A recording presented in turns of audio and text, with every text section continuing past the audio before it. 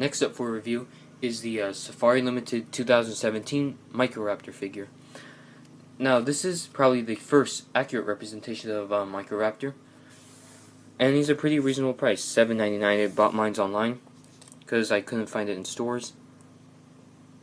Of course, why is this the first accurate representation of Microraptor? Because we found, well, further studies show that Microraptor was iridescent black, but of course, iridescent is not really that easy to put on a figure, so a regular black color is the closest we can get. Although I felt like they could have done a similar paint job with their Archaeopteryx from 2015. So overall, nothing to say much about the paint job, other than the paint job is just plain. Also, we got some creamish yellow for the mouth and the hands and the feet. Feet is looks very Velociraptor-like because it's a close relative of the Velociraptors.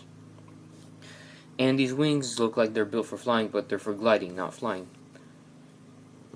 See, it's mostly this part of the body that reminds me of modern day birds. Well, birds are dinosaurs, so modern day dinosaurs. But most people still don't see that, but I don't blame them. See, the tail looks really nice too, reminds you of a dragon. But it does feel a little fragile, make sure don't bend it too much. And of course, there's detailing all over this figure. Of course, on the belly there isn't much, but see, there's a good amount of detailing on the face here. See all the teeth, even though the paint in the mouth is a little sloppy, but see all this feathering detail on the wings is magnificent.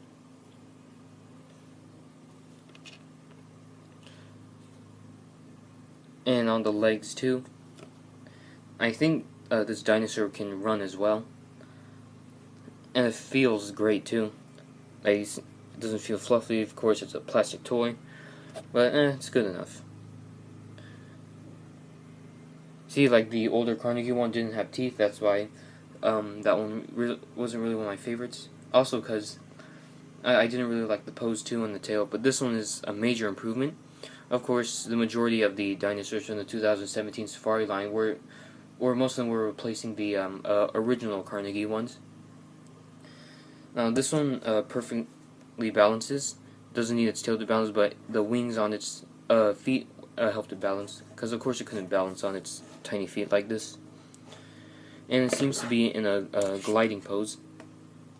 See, like this. So might as well compare it to the old Carnegie one right now. See the differences in the color, because this was before we knew Microraptor was iridescent black, so I don't blame them for getting it wrong. See, the tails are different, and this one is in a more dynamic pose, and the feather detailing here is more visible than this one. But see, the head sculpt to me doesn't really look that great to me. I still think this one is a good piece. Really like the paint job, but I prefer the newer one. So next up to compare is the Safari Limited Quetzalcoatlus. Two flying reptiles. Of course, pterosaurs aren't dinosaurs. So yeah, I think these two go nice together. And last up, we have two more bird-like dinosaurs, Dinocheirus and Velociraptor. And we see how all of these became the modern-day dinosaurs known as the birds, obviously. And they all go great together.